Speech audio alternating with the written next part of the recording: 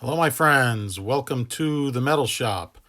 Why are we looking at pictures of Eddie Van Halen playing his first iteration of his Frankenstrat? Well, when he added a Gibson PAF to his Strat and very tongue in cheek added the Gibson logo to the headstock, he may have started some type of trend. No, but seriously, this video is about people changing the necks or swapping logos on their guitars, turning them into essentially endorseomatics. First up, this is the 1981 Charvel Flyer, and there on the left we see what would become a very famous black and pink bullseye guitar. And there we see a close-up of it. Very nice guitar. Black parts, black and pink bullseye, black painted neck, owned by Eddie Ojeda from Twisted Sister. This is a Charvel, one of the very first San Dimas Charvels, the 1981 catalog guitar. And there we see the black painted headstock, the Charvel logo. Of course, it got the Floyd picture of the guitar as it sits today in its abused state, now with a black and pink pickup. But here we had a black and cream pickup. And this is a pretty well-known photo, and I'm going to show several cuts of this because what would happen to this photo is perhaps one of the most unscrupulous things demonstrating a complete lapse in judgment and a lack of integrity. Here we have the Wayne headstock photoshopped onto the same guitar, and the very rare option of the 2, 4, 6, 8, 10, 12 dots.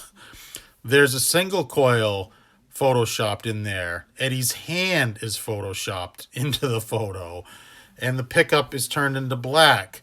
Wayne built Eddie some guitars. Here is Eddie with the real Wayne guitar, but that photo that I previously showed actually ran on Wayne's website. They took a real Charvel and they photoshopped a Wayne headstock on it. Pretty low class. Here's Eddie with a replica, an FU tone guitar, and his original guitar now with a new neck on it. FU Tone, by the way, is a company that I do not recommend nor endorse.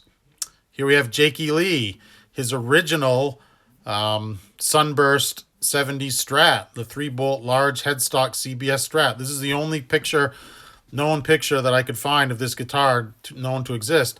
Now, Jake very famously had his roommate at the time, a Charvel employee, take this guitar and Charvelize it. They cut down the headstock, they painted it white, they added a custom pick guard, reverse slanted DiMarzio pickups, they added a Duncan Haldsworth pickup in the bridge, they added pearloid tune buttons, and they added a Charvel logo to it. Jake famously admits that this guitar was Charvelized. He wanted to be like the cool kids, like George Lynch and Warren DeMartini, that had all the graphic guitars. And his friend that worked at Charvel did this for him. There's really no issue with this. Here we have a very young George Lynch and his very famous #1 Tiger guitar. This is a parts guitar. We'll talk about later what it's actually made out of. That's a Mighty Mite body and a Charvel San Dimas neck. But this guitar, and George would be the one that coined the term, the Endorse'Omatic, because this guitar would have many, many necks on it, many logos on it, and some questionable things were done. Here's a plain headstock neck on the guitar. It usually had one with a matching tiger. Here's the guitar with a Kramer neck on it. When George had a Kramer endorsement for a very, very short time, he did run a Kramer neck. And the funny thing is that this Kramer neck would later morph into an ESP neck. That's the same neck, now with an ESP logo applied to it. So this guitar truly was the Endorsomatic. Here's George a little bit later. This is in the Back for the Attack era. And we see we've got our regular Tiger headstock on. Again, the matching headstock with the ESP logo on it, but it hides or it hid a dirty little secret there. And And in this issue of Guitar World magazine from 1987, George discusses his guitars in depth. And there's a nice little picture of each guitar. But he talks about his number one guitar there, that battered Charvel Tiger, being made from a Mighty Mite body and the Charvel neck. You can read that. You can pause and read that for yourself. But it says, again, tongue in cheek, that the bridge, the vintage bridge, and the headstock logo were provided by ESP. But they had nothing to do with this guitar. ESP, questionable. And here it is. That's a Sandoval neck. That's ESP Val. The ESP logo applied directly over Carl Sandoval's logo, but for years there was a piece of black tape covering that AL, and it would eventually fall off, showing us all that. And there's the hook, kind of a fish hook or whatever kind of headstock that is on the guitar today, and George will build you a copy of it now with that headstock. And here's just a more recent picture of George with that guitar, the Endorse'Omatic. I love that term. Love it. Do you remember this one? This is really a Kramer guitar, but that's a Charvel neck that Kramer stuck their logo on. Like I said, George endorsed Kramer for a few minutes there in the 80s, and they would stick their logo on anything that he played, just to protect their endorsement. ESP was also, and we'll get into that a little bit later, very ferocious about protecting their endorsees and their endorsement. This one was cool. If you're a Charvel guy like I am, you can take one look at that neck and you can just tell by the profile of that headstock, oh, that's a Charvel. And we all knew it. And it was probably at the same time, this is a legit custom Kramer. I just threw this in here for a reference because he probably got that Beretta body that he had the Charvel neck on at the same time as this one. This was from the back cover of Under Lock and Key. It was on a cover of a Guitar Player magazine in 1987. He had the tiny little inset picture up in the corner there. We have the Mom, the J Frog Bones guitar. This was famously built by a luthier, Johnny Frog Garcia. That's a Warmoth neck. And he famously, there's a different neck on it, but also says ESP J Frog. But famously, George showed up to the photo shoot for It's Not Love with this guitar, and ESP slapped their sticker on the headstock next to J Frog, who rightfully built this guitar from scratch. Heard he was none too happy about it. Eventually, they would probably come to terms with both ESP and J Frog being on the headstock. Probably a monetary settlement for Johnny Frog, air quotes, Garcia. Richie Sambora. And here's his black Strat. This is a Jackson Strat. Although there's no logo on the headstock, for whatever reason, Richie pulled the logos off his black Jackson, his white Jackson, and he also played a Jackson Soloist that I will show later. But the reason, why am I showing this guitar? Richie loved this guitar. I believe he still owns it. He didn't sell it when he sold off all of his gear in the early 2000s. Why did he pull the logos off? He kept his Hamer logos on, his Schopfer logos on, of course all of his Kramer. Probably couldn't come to a monetary agreement with Grover Jackson. I believe there's a logo in that picture. It's tough to see, but we'll get into a couple of pictures here where there absolutely is a logo on this guitar. It's not a Jackson logo. It's not a Charvel logo. Right here. Richie got the endorsement from Kramer, made all his RS stars, and Kramer fiercely protected their endorsement and their endorsee. As I stated, Richie loved that black guitar, so what were we going to do? Let's slap a Kramer logo on the headstock. That's right.